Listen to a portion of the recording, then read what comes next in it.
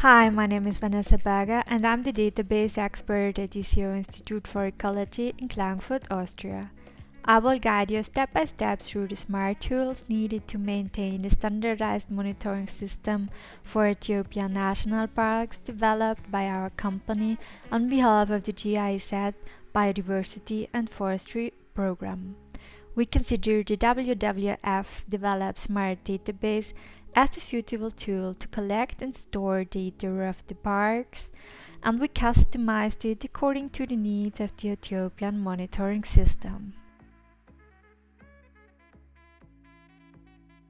Today we are handling the topic how to produce meaningful queries. Therefore, you need your S.M.A.R.T database established at your park computer and also the field data you're uploaded already to this computer. So, now let's get started. Before we start with the query design, we have a look on our data. So in my example, I have a few waypoints with different observation. Hopefully you also have different waypoints and a lot of data in your S.M.A.R.T database already. So when we click here on an observation, you can see also here in this waypoint information an overview of the data. So here we have grazing livestock in our violation. The livestock was cattle and they are between 0 and 10. And also here you can get the first view on your photo. By double click the photo gets bigger. So now we start with the queries. Therefore go to query and new query and open the new query wizard. So the query wizard is good to get an overview which queries you can have. There are the raw data queries and some waypoint queries, gridded queries, and also the summary queries. So we start here by clicking on all data queries, and in here you have those explanation which is quite helpful. So please read through all those explanation once. So now we go to next, and we want to have a raw data query. So therefore we click on the observation query, and here you can see there is an explanation what's an observation query about, that you can see the points on the maps where the observations are, then an explanation what is an incident and what is an observation. So in our case we only have observations and go to finish.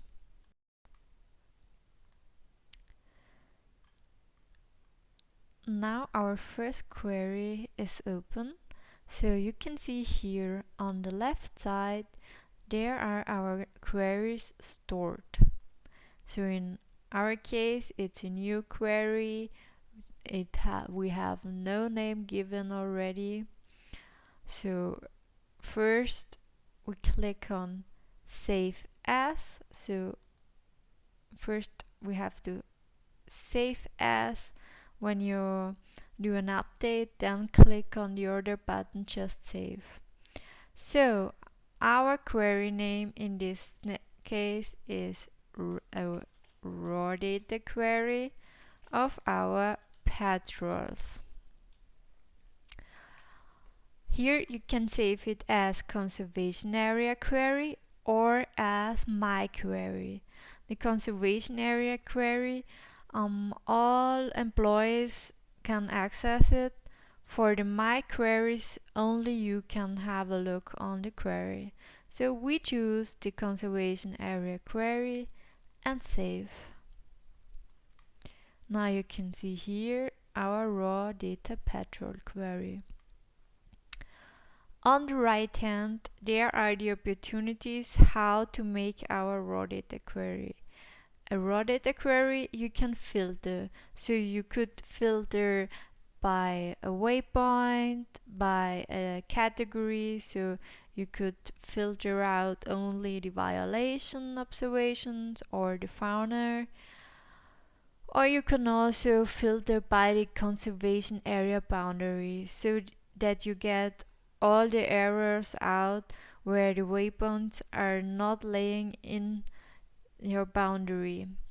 So in our case, we only want to have the violation, so by double click you can see here in the S.M.A.R.T query definition, the filter, the observation filter is set for violation.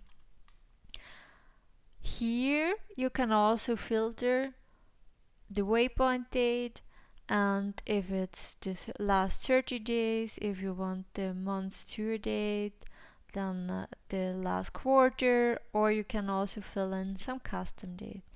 So now we want to execute the current query and have a look on our data. So in this case you can see we have a lot of observations. So it was petrol. Here we have our coordinates, then the date, the observation, it were violation, then it was setting wildfire, grazing livestock, extraction of resources, it was mining. And so you can see here everything you filled in the cyber tracker. So for the mining, the area mined, it was 1 hectare. So here in this word data query, there are all fields filled in the cyber tracker. Sometimes it is very helpful when you're exporting query. In this case, just go to query, then export query results, then choose comma separated value for an Excel file or a shapefile if you want to edit the file on QGIS. In our case, we choose comma separated value and go to next. So the projection is the right one. Here we have to browse for the destination location. So we browse for C, for this computer, C, then S.M.A.R.T, and now we have data repository. Then we store it for reports and query and give a meaningful name. So in my case, I choose my test park, then it's a raw data petrol query, and I name it also with the actual date. So today 2012-9 and save. So these raw data query, after you export, you can handle the data also in other programs if you want. For the raw data query, there is not only the tabular results, there are also the attachments, so all the photos, and the mapped result. On the mapped result, you can see where in your park the observation was located. So you can see the waypoint. In my case, I have only the conservation area boundary, but I could also add the headquarters, the rivers, or some management sectors or administrative area if you want. So for the next query, I would like to make a summary query. So to summarize all the data, we go to the conservation area first and have a look on our data model. Because before we can summarize our data, we have to check if we are allowed to summarize. So for the number field, there has to be the aggregation enabled. So in this case, we are not allowed to do a summary. But I want to aggregate the distance, so I edit the data model and click on average, minimum, sum, maximum, standard deviation and variance. Here you can think about what are you allowed, because in this case, to sum up all these distances of the sighting is not a good idea, because you're going on your transect and it's not important to the sum of all the sighting distance is not the correct result. So in this case we disable the sum and go to finish. So please check in your data model also for the habitat and for the violation by clicking on the arrow and have a look on all those numbers. So 1, 2, 3 is always a number field, and have a look in here if they are enabled. Also here the number of houses, the affected area, the comment, the burnt area, and if they are all checked, then save. Now we can go back to our queries, and before we make a new one, we save the existing query. Then go again to query, new query, then the new query wizard. We have a petrol, so we choose petrol query, go to next. So first we made this petrol observation query. Now we try a petrol summary query. Also here there's a quite good explanation on how those queries are working, and we go to finish.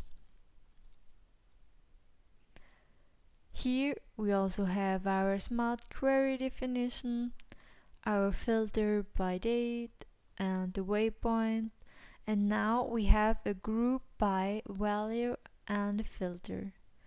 So here you can filter by the area, by categories, dates, but now we want to have all our data in there, so we go to group by and values. Here we now have in our query filter we have two options, so here the group by option and the value option. So also here we have the group by and the value. Then we have the row header and the column header.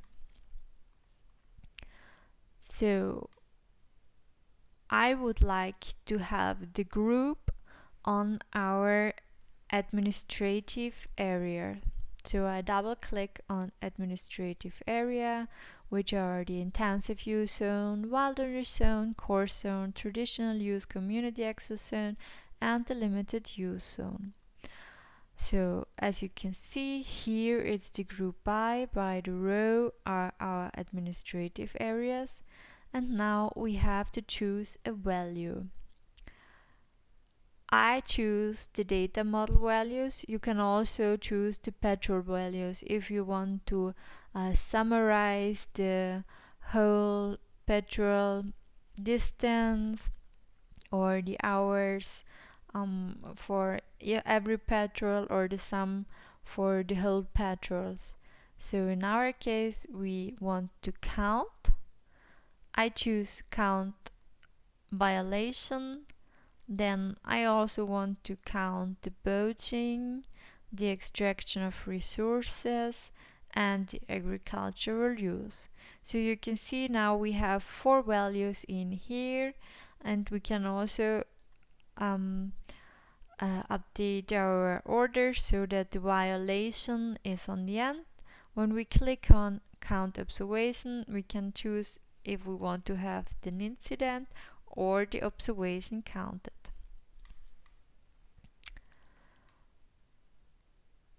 So we run the query, and you can see here for our rows there are our zones, and for the column here we have our different values. So at the end, the count of the observation violation. So in the core zone there are 18 violations observed, 22 in the intensive use zone, and 7 in the limited use zone, and 5 in the traditional use zone. So let's save the query. For the first time we choose the save symbol with the 3 dots, and here we choose the conservation area query, and it's a summary of the administrative zone,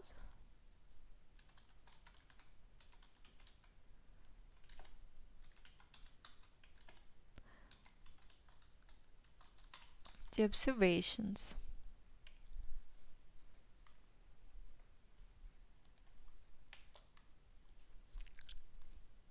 And save.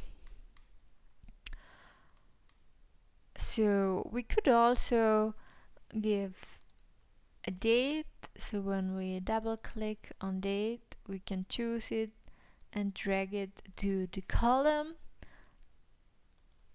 And now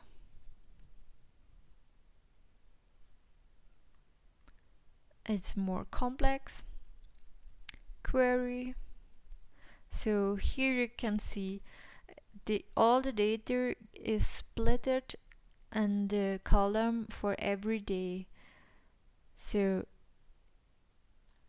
you have first the column, so you define by column header here, so the date and the value for every date. So let's make a new query.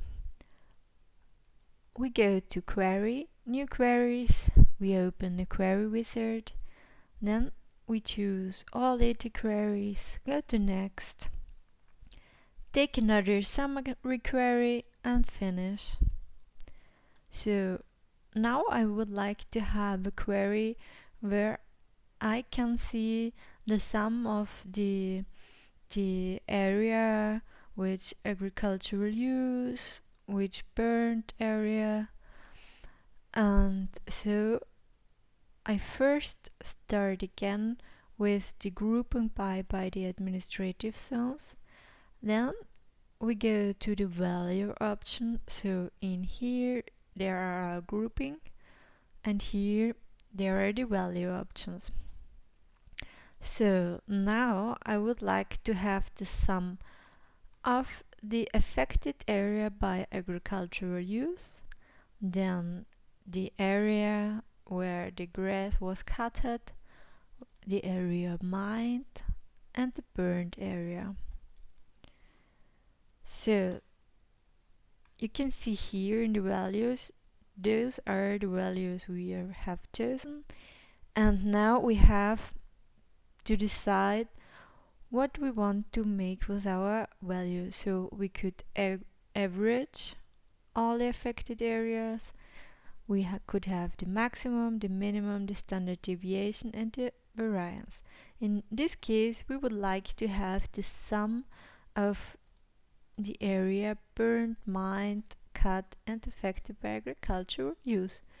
So we run our query, and now you can see where the area is affected. So in our core zone there's a lot of agricultural use, then also the cutted area is quite small, then the mined area is on the highest in the intensive use zone, and the burned area also highest in the core zone. So now let's try also in filter. So therefore we click to filter, and when we click here you can see the query changed to filters. So in this case we can filter out all the area filters. We have some operators. We can choose the category, so we could only choose a few violations, not the whole, or we can filter by waypoints. So in our case, I only want to have points within the park's boundary. So I choose for the filter the conservation area boundary.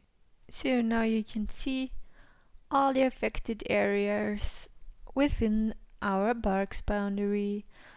So we can save our query now. So we choose conservation area queries, and it's a summary, and we choose affected area sum and save. Before we start with the query, we have a look on our query properties.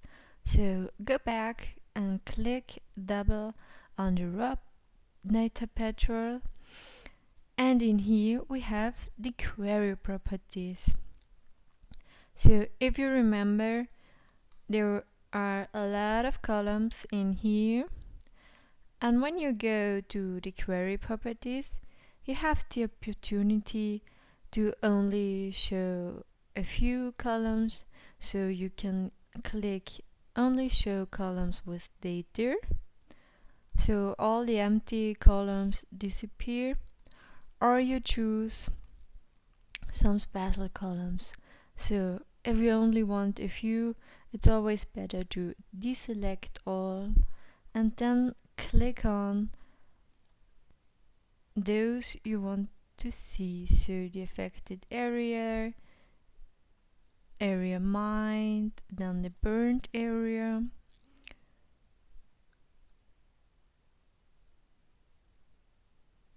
and then we click on OK.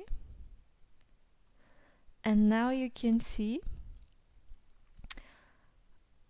how our summary query, so where are the single values which are summed up in our summary query. So here you can also check if the summary query is working properly. So if the sum is the same, you get here out of those single values, then the summary query is okay.